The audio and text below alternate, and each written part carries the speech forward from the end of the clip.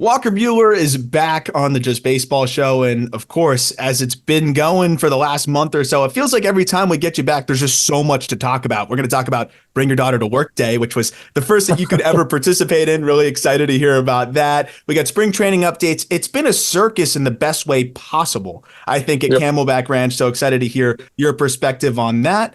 And then, of course, that 14-run spring training game that started things off. Walker, how's for you so far, and how much fun has it been at Camelback Ranch? No, it's been good. Obviously, some new faces and a lot of people around, a lot of buzz, but it's been good. We got some guys playing good already, as you said, 14 runs, and some young guys throwing good. So spring's off to a good start. That's going to be kind of the typical start. I was just going to say that's going to be the typical Dodger answer all year, right? They put up 14 runs in a spring training. He's like, yeah, the guys are going pretty good. It's just typical, right? It's the Beatles. But I also asked you a stupid question off the rip, and I was like, oh, where are you calling us in from right now? You're like, oh, I'm in Phoenix. I'm at spring training, you dumbass. But you're worldwide. You're always around. But I do want to ask you,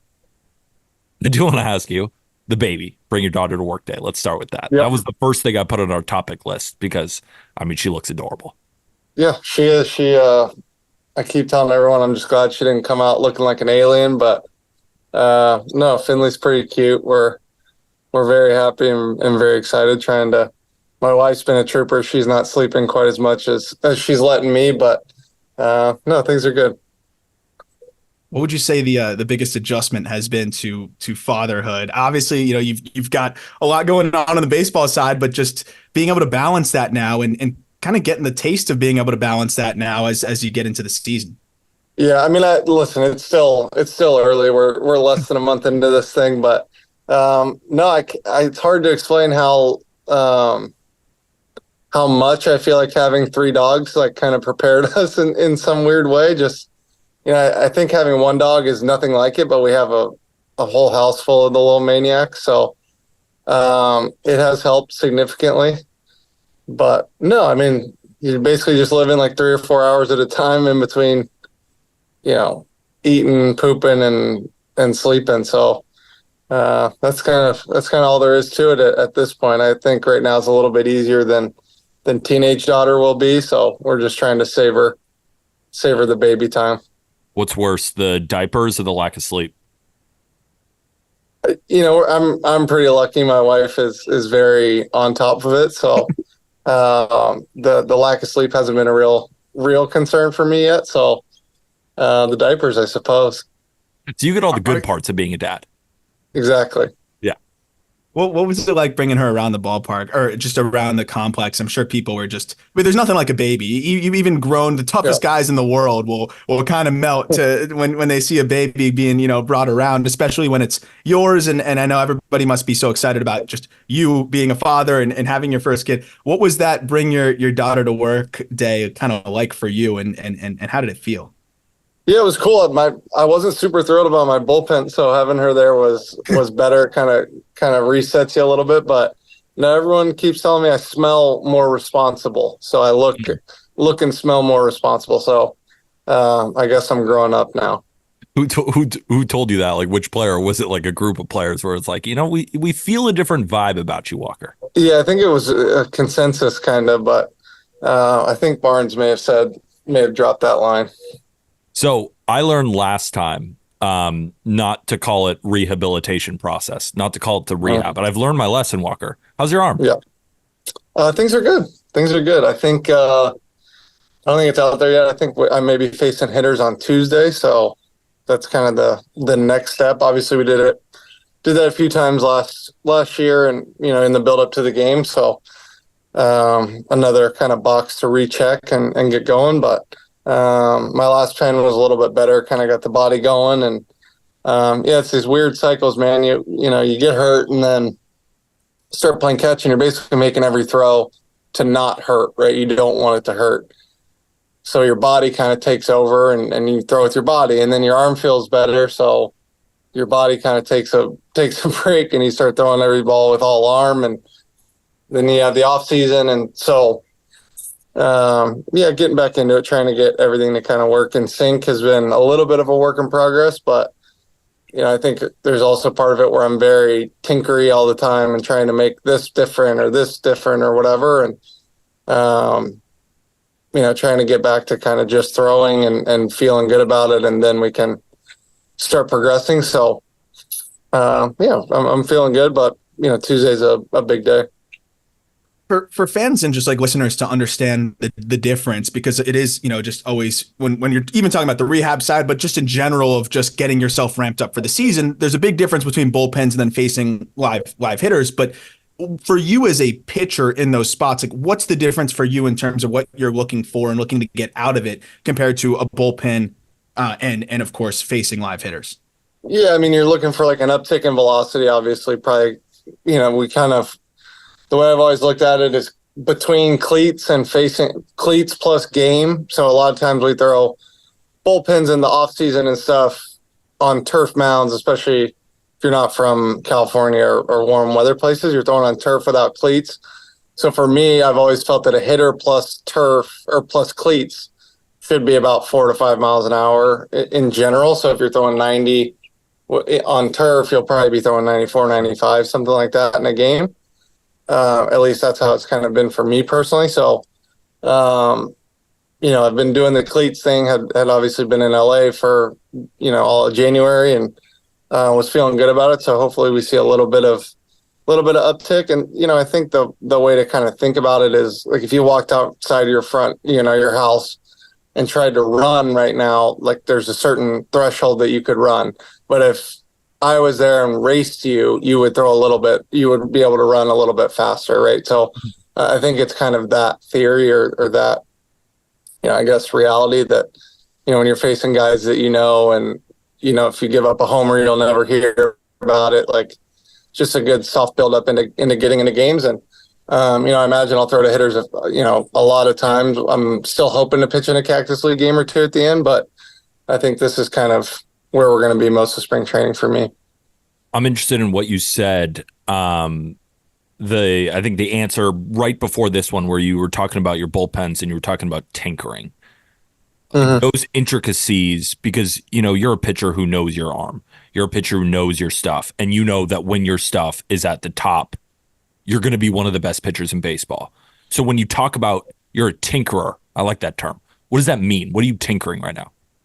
I think slider is probably the most unnatural throw for me. It's the pitch I probably have thrown for the least amount of time. Obviously, changeup I don't throw many of, but before my first surgery, I threw a lot of changeup. So slider is probably the most unnatural one, and I'm kind of always trying to find one that comes out of my same throw, and I can create the right amount of velocity difference plus the size of it. There's kind of some sweet spots in terms of you can get away with it being bigger if it's slower, or harder being smaller, things like that. I generally have I'm pretty predisposed to making everything a little bit too big and not quite hard enough. So, especially the spinning pitches, just because there's pronating guys and there's supinating guys, and supinating guys are the guys you'll see that are more like myself, that are cutter, slider, curveball, everything that spins. You'll see pronating guys that are typically more sinker, changeup, and they have to kind of work and find a ball that goes left for them. So as a guy that's kind of stuck supinated, a lot of times it's hard to be behind the ball enough to create the velocity that you want on certain pitches, especially slider for me. So when you get into those live ABs and get that opportunity, like in those live settings, to be able to work on what you want to focus on, but you also mentioned that there's some competitiveness to it, right? You want to be able to get these guys out. You don't want to give up the bomb. How's the juggle between what you want to work on versus just, I kind of know what I want to do to this hitter or this guy in this situation? Because ultimately the goal is to get ready for the season. But you mentioned like there's competitiveness on the backfield. You don't want to give up a bomb to some of these guys that you might be facing. Yeah, I mean, I used to try and get my closest buddies to hit. That was always like my thing, just to kind of get moving and get your brain kind of focused on competing more than anything. And Miguel Vargas has been running his mouth a little bit, so we're hoping to get him in there. I told him he started talking too early, because now I'm gonna go scout him and do all that stuff. So I think he was thinking more of just like run it out there and throw it across the plate, but he'll probably get the full like playoff scouting treatment. Just him though. I love that. Nicole Vargas just dug himself a hole. And just building off that, it has nothing to do with spring training. It has nothing to do with your arm right now. Has there been in your major league career so far any time where an opposing player or maybe a coach or maybe a player on your own team talks some shit to you and got you fired up to face them? Like, do you have a story like that? No, I mean, Jock always does some crazy stuff when he faces me. I think he bunted like 4 times one year and 3 of them were against me. Like he just always does stuff like that. That's very much his personality. I think that doesn't surprise anyone that he would do that. But, facing guys that is always kind of interesting and especially at the big league level, like guys that you played with in college or know pretty well. And I think at one point I played against this guy named Steven Duggar. I had known him from my first couple of years in spring training and running around and whatever. And I think I've thrown 3 backdoor cutters intentionally in my career, and they've all 3 been to Steven Duggar. And it just is like there's just some weird stuff that ends up happening like that, or you'd like find something in a scouting report or in talking to someone that you don't really do, but you know that you could try and do it to them, and it would kind of be all right. So. And then I think I threw my first changeup in like 3 years to him in the same at bat. So I don't know. I kind of maybe that was a little mean of me. Wait, I have a quick follow up to that. Just the inverse, right? Maybe even dating back to your time at college. Was there any time where you talk shit to somebody and then you were like, oh shit, now I got them angry? No, I mean, I kind of assume that I do some stuff on the mound that's like not super like kosher all the time. So I kind of assume that people are highly motivated when they face me in some way. But I think we've kind of seen there were some not memes, but whatever little videos of me yelling at some people and all that from when I was younger. So we want to keep it. I probably maybe try and clean it up a little bit. Well, no bulletin board material. That's what I was saying. You didn't know, like Bryce Harper and Orlando Arcia. Like you don't want to get in a situation like that. Maybe the Bryce Harper side, but not the Orlando Arcia side. I'm sure Braves fans are still like, you didn't say anything. Well, I don't know. Didn't matter. Who knows? Cody Bellinger, a guy that you haven't been able to face because the timelines haven't matched up yet, right? But now you will. Re-signs with the Cubs. I obviously think it's a great spot for him, and we've talked about him a bunch on the show, but just wanted to at least briefly talk about it. One, are you excited to potentially face him now this coming season? And 2, what do you think about him staying in Chicago? We didn't know where he was going to end up. We saw him bounce back in a big way. You've talked about it being a good fit, for that bounce back. But what do you think about the deal for him moving forward? Maybe not quite what was floated in the beginning of the year, but seems like a great situation for both sides. Yeah, I mean, this whole like Boris 5 thing has been kind of interesting, especially as we get this late into spring training. But, I think for a long time, a lot of people kind of assumed that Cody would be back in Chicago. So it's an interesting deal. Obviously, if you look at what he was on last year, it's a big jump in like the annual pay for the first year. And he's got the opt-out. So there's the argument to be made. He really signed a 1 for 30 but also having those other 2 years as player options is great for him in terms of, I guess financial security is probably not the right word just because of what he's kind of made. And yeah, I mean, it's obviously a drastic amount of money, but at some point we were talking about Cody being a $300 million guy and he's had the flashes of that in multiple years. Right. And so he's done it. He's super accomplished. And, I think he deserves, especially knowing him and playing with him, like he could win a Gold Glove at 4 different positions and obviously has had a lot of big offensive seasons. And, it stinks because of the shoulder. We never really know how much that affected him or affected kind of those couple of years there in the middle. But, I think he's shown when he's healthy, he's a well above average Major League Baseball player. Speaking of the rest of the Boris clients, in the media, from podcasters like ourselves or writers or, it's just mostly a bunch of fat people sitting on a couch and watch baseball. But coming from a pitcher himself, how important is it to be in spring training early, right? Because I made the point, I think, on a couple of shows ago where I said they've all been to spring trainings before. Like Blake Snell, Jordan Montgomery, they've been here before. They know how to ramp up. But there obviously is a difference between doing it right in maybe your backyard off a mound or with a trainer somewhere versus being on the field, being with the team. Like, how important is it to be there when the team comes for guys like Blake Snell and guys like Jordan Montgomery, for the fans of teams that are going to get them? Do you think it's a big deal that it's taking this long? Yeah, I mean, I think from the pitching side, it's a little bit more concerning than a hitter, right? Just our buildup is very like, it takes time, and the position guys, like, if you show up in really good shape, you can play 3 innings, and you can play 5, then you can play 7. Like, it's not as difficult from a performance standpoint. They need to get their timing and all of that stuff, at the plate. But for us, it's like a conditioning and performance aspect of our buildup. So I think it's a little bit different. I think our team and the Padres probably see it a little more biased just because we're a little ramped up earlier. We were out in spring earlier and start the season a little bit earlier than everyone else. So I think that would be, I don't want to say a concern. Obviously, both those guys pitching-wise have been super successful, and our pros, like, it's not their second year in the big leagues, right? So they know what they're doing. But I mean, time doesn't stop, man. It just keeps, we just keep inching closer to it. So, I imagine we'll have some action this week. I know Cody and was circling that Kike had been, down to a couple teams and whatnot. So, I think stuff will start moving this week. Did you see, just real quick, Arb, did you see on social media, I saw this going viral. It was like some person quote tweeted like Kike Hernandez is down to 4 teams, and then someone photoshopped like Kike with the decision like from Miami. I just thought that was hilarious.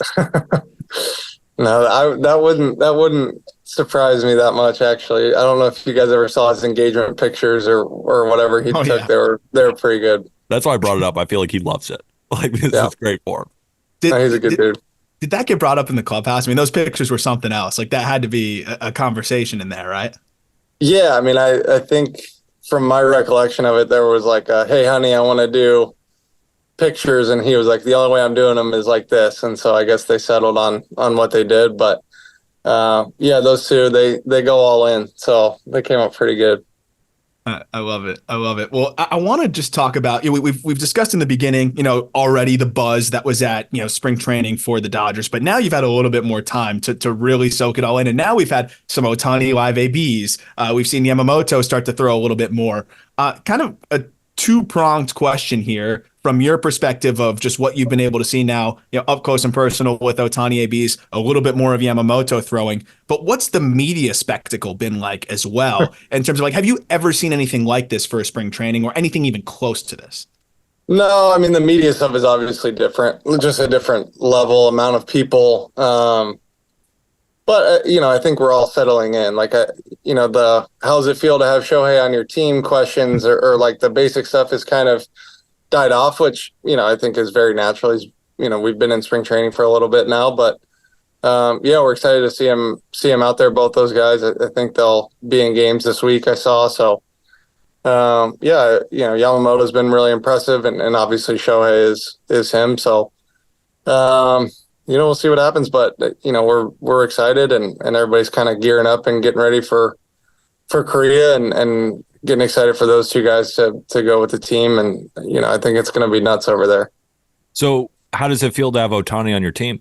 No, I'm just kidding. No, but I do want to know kind of what you are seeing in person from these guys. Not Shohei Ohtani, because everybody knows he's quite possibly the most talented baseball player to ever put on those Fanatic see-through pants. But I really want to know about Yamamoto, right? Because come over for the MPB, he hasn't thrown a pitch in Major League Baseball, gets $325 million. So every single piece of video I can watch him throwing in the bullpens or just anything about him, I immediately latch on, right? Because he could realistically come over and win this Cy Young in his first year, right? Especially from what we saw with Kodai Senga finishing in the top 5 of Cy Young voting.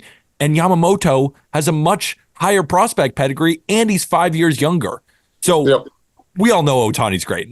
Seeing him hit bombs is really, really cool. But I really want to know, and I know it's such a basic question, but what have you seen so far from Yamamoto?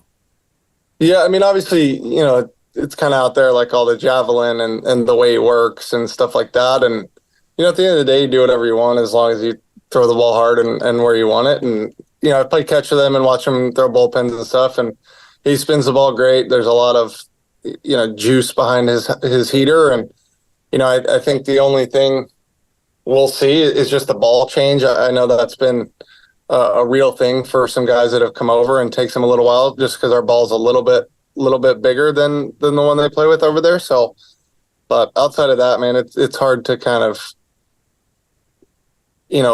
beat adding a guy that's been a professional for a long time, still 25 years old, won MVPs over there, like very accomplished baseball player, and then gets to come over and you can see he's like juiced up and excited. And, it's not always easy for guys that are that accomplished to get real excited, but he is, and we're glad to have him. Do you feel like the buzz at spring training is almost a little bit of like a preparation for what this season is going to be? Because you're the Los Angeles Dodgers. You guys are used to being the center of attention, and and the focus of media, whether it's local or national, and just the baseball media in general. But just kind of knowing that it's going to be a different beast this year, has spring training almost been a little bit of a primer for you guys to get used to that? And then even for some of the younger guys, again, you've been there, done that, with the Dodgers for a while now, but for some of the young guys that are on this team, like it's one thing to adjust to the big leagues, but you're also adjusting to a big league team that is, the focus of not only the Major League Baseball world, but one of the key focuses of the sports world. Yeah. No, I mean, I think it's great. If I look back on kind of my career and the team that I came up with in 18, like the names on that team probably aren't quite what we have now, but like, there were guys that we really respected and had played a long time, trading for Manny that year, and Brian Dozier and some of these guys, like, same thing, like guys that I grew up watching play. And now, if I was a 21-year-old in the chair, right, like you're feeling largely the same way. And, guys from kind of all over the league that have been really successful that now are on our team. And, I guess you could even say not just our league, but from all over the world, right? And so, I think it makes a lot of sense why we're getting covered the way we are. And I guess it's hard not to be when you spend the kind of money that we did and bring in the kind of players that we did. But, I think at the end of the day, it's about playing 162 good games and then getting hot at the right time at the end. So I think the goals and the kind of process hasn't changed. It's just, now there's a lot more articles about it. A lot of more articles, especially when you spend $1 billion in an offseason. Talking about those, old Dodger teams to new, I saw that Matt Kemp was brought in an advisory role. It's got to be pretty cool. Yeah, I like Matt a lot. He was really good to me the year that we played together, and I think it'll be helpful. He's a guy that kind of was that center of attention and was the superstar in LA for a long time, and lived the whole thing and had been in the media. So I think not that like Shohei or Yamamoto really need it, but maybe some of the younger guys just kind of learning or having a guy like him that's been there and done it to say like, hey, here's the potential downfalls of saying stuff like this, or how to handle media or whatever. As well as kind of the on the field stuff. But yeah, I'm looking forward to seeing him and kind of seeing what role they have in mind for him and how much he's around. So something that Peter and I were talking about kind of in the first part of this episode, and it's been kind of a topic in general, fans become so hungry for baseball and so hungry to just see anything new, because the whole offseason, you're just only looking back at whatever numbers and stats we had from last year, that we get a lot of small sample size theater and a lot of people getting excited about whatever they can get in spring training. That said, there's a reason why we have spring training. You guys are working on things. You guys are trying to get going and feel things. And I guess from a player's perspective, I think it would be really interesting to just hear, what do you think fans or analysts or whatever should be looking for and taking away in a spring training setting? Is there a certain, especially for young guys, are there certain things that they should look at? Like, what do you think actually matters in a spring training setting if you're trying to take something away as a fan and or an analyst? Like, for example, Cole Irvin throws 96, right? I'm ready to call him the Cy Young. Am I overreacting? Wasn't he like 92.5 average? and he threw 96 today. Now I'm ready to call him the Cy Young. Am I overreacting? I didn't see it. I thought it was like 94 or 5 when the little chart that I saw, but it is what it is. No, I mean, I think from a young hitter's perspective, I like to see guys that can be selective in like their first couple games or take walks and things like that. Like, there's a lot of adrenaline. Adrenaline makes you swing, and guys that can kind of handle that, I think, is huge. And, I think largely the same for pitching. Throwing strikes is such a big deal. Obviously, not many guys get to big league camp unless they throw hard and, they have stuff and whatever. But, I struggle with that my first couple outings in big league camp. Throwing strikes, it's just kind of a difficult thing. You have so much adrenaline, and it's like as close as you can get to achieving your dreams without actually doing it. And, I remember my first big league spring game, I wasn't in big league camp. And so I got like called over, and, my dad drove in or whatever. And I threw like 7 strikes and 30 pitches. It was horrible. But, kids that can come in and throw strikes and execute, I think, largely being able to control your heartbeat and stuff like that is kind of what you're looking for. And the rest else when they get to AA, AAA and whatever and perform. But knowing they kind of have that fabric to be able to control their heart rate, I think is probably the biggest thing on both sides. And a follow-up on that, I mean, we saw Landon Ack, do that. It was really impressive to see him, 26 years old, but still trying to potentially carve out a role on this big league club. Yep. Phenomenal in his 2 innings of work, struck out 4, didn't walk anybody. The velo was back up. What did you see from Knack in that outing, and what have you seen from him in camp? Because this could be a guy that, can provide some much needed innings for you guys, especially in the early part of the season here. Yeah, I mean, he looked great. He's been around a few years now, and we've kind of heard a lot about him. Obviously, he had a really big year off of kind of not a great year the year before, and I think he like halved his ERA, which was pretty crazy. And he's got good stuff. I remember us drafting him, and I think he went to ETSU, so I was kind of familiar with them. We played him in college, and not him specifically, but we had played ETSU, and he's like a 4-pitch. I think it's 4 pitches, but commands them all, and now that stuff has kind of moved up a little bit in terms of velocity and stuff like that. And so as long as he keeps the command, I think he's got a pretty good chance to help us in some way. And there's a little bit of time between now and the start of the year, but he obviously started on the right foot. So my last question for you looks like Casey Wasserman, CEO of Wasserman, the agency, wants to start Olympics baseball back in the Olympics. They're gearing towards 2028 being a potential, right? You look at the World Baseball Classic, you look at how successful that was, and then getting baseball, because baseball, I think, was in the Olympics back in the 90s, and then it got taken out. Then, the creation of the World Baseball Classic. But if we can get baseball back in the Olympics, that'd be perfect for everybody. Here's the one issue. Summer Olympics. It's going to be right in the middle of the season. Right. So I just wanted to hear your perspective on it, right? It's still, in the works. It's nothing, that's been solidified or anything. Just when you hear potentially the Olympics in the middle of the season, first, I want to know, would you go? Second, do you think that would cause problems?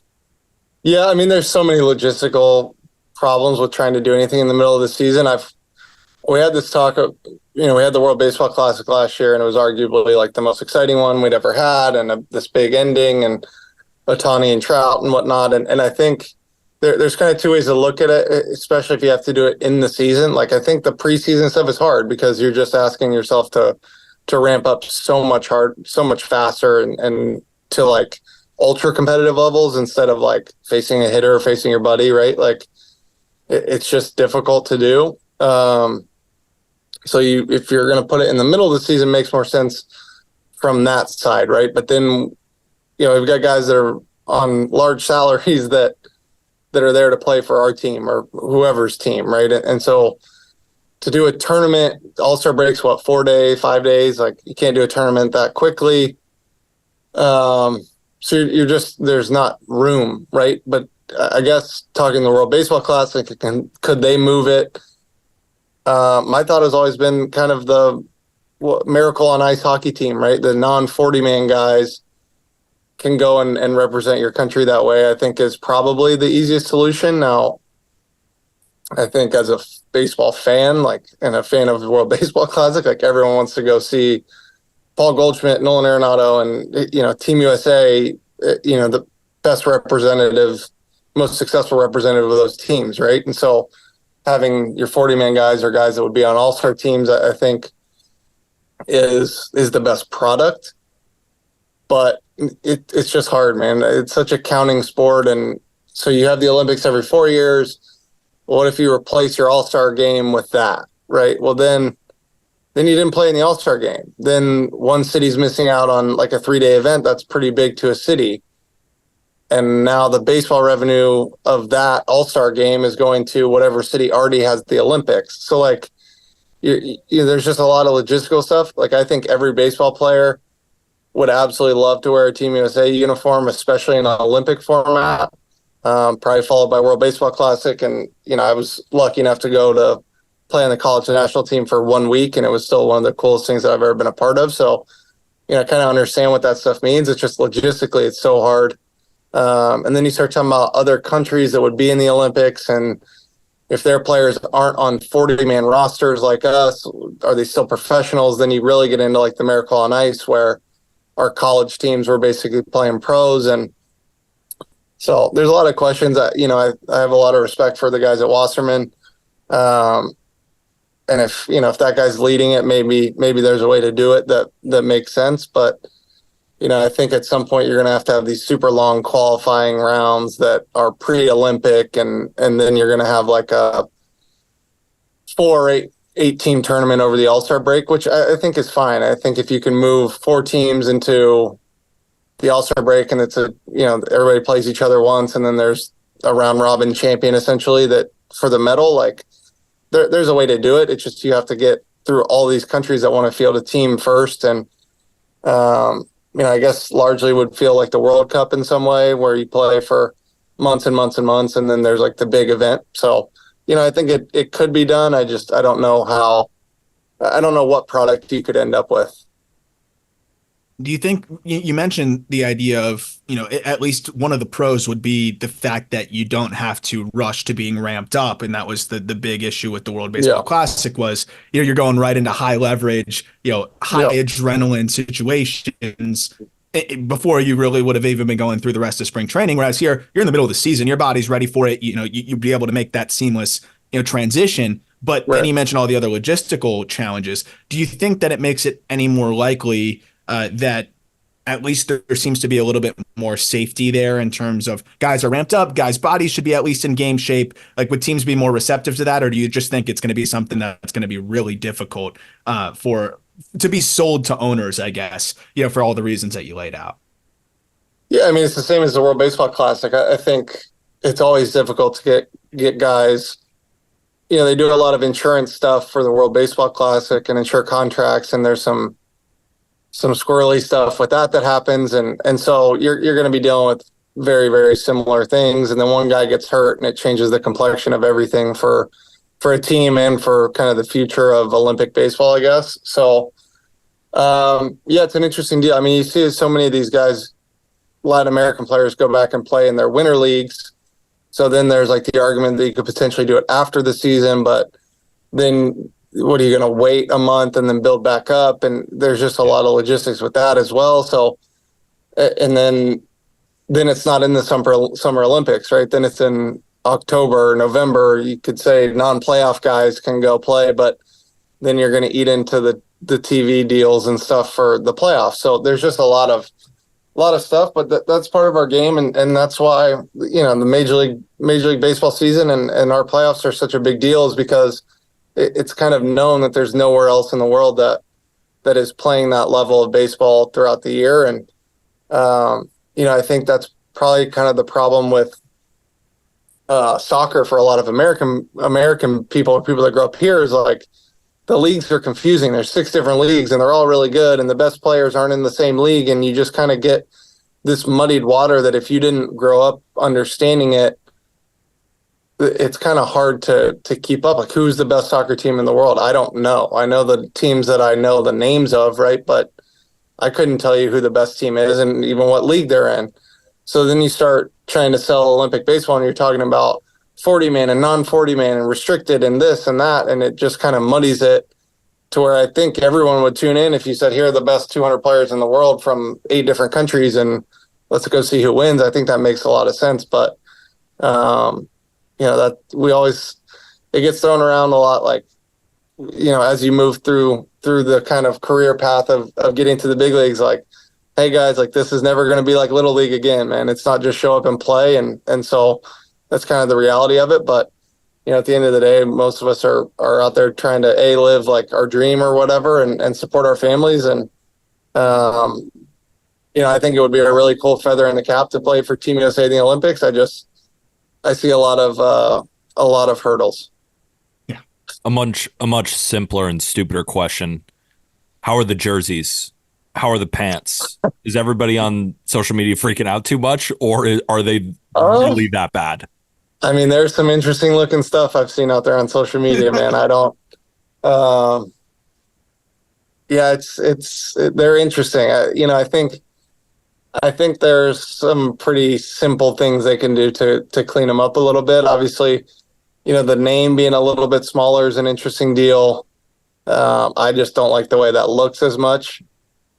They're just a little more modern than we're kind of used to. And, we've had conversations with the people at Fanatics for a couple of years now and the Nike guys about kind of what they're doing. And largely the uniforms have been the same because they kind of absorbed Majestic, I guess, and it was the same product. And so this new thing's a little bit different. And, there's buttons in the pockets, which I think is interesting.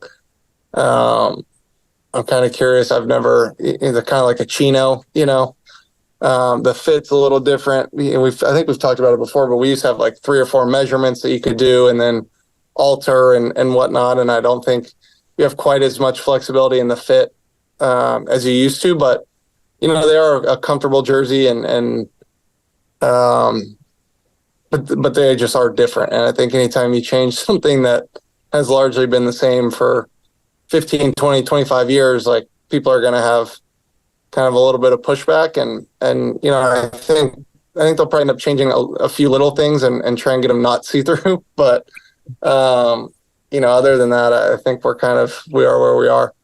Yeah, I don't think it's a good idea to see anybody's nuts like on pictures. I mean, personally, I just don't want to see it. Yeah. It's funny because people were complaining about the jerseys initially just on appearance, and it was like, all right, I get it. Like people don't like the jersey, and then it gets way worse when you have legitimate wardrobe malfunction issues. Like you mentioned that you couldn't really like have it catered to you as much with as many options. Like I'd be going with the baggiest option possible for obvious reasons. Like that's a nightmare. Like you don't want to be that guy that just like has the see-through pants. This is the tight pants guy. I mean, we're talking to you would have been screwed. Yeah. No, but then you're talking like the gray sweatpant thing, right? Where guys wear like baggy gray sweatpants. So like, I don't know if tighter is necessarily worse in this situation. I don't know. I don't think I've struggled with it yet. So I'm not really too unhappy about it, but I don't really know where you go if you've got issues going with that stuff. All right. I think that's enough nutsack talk for a while. Walker, thank you so much for coming on, my friend. This is a good one. When do we get to talk to you next? I don't know. We'll see kind of what the schedule looks like. We'll figure something out. Yeah. Well, looking forward to the report on the live ABs and how you took care of Vargas, humbled him a little bit. Looking forward to hearing the feedback on that. Best of luck, getting back in those live ABs and getting on the mound. And we're looking forward to the next update. All right, fellas. We'll talk to you. Talk to you soon, man. All right. See you.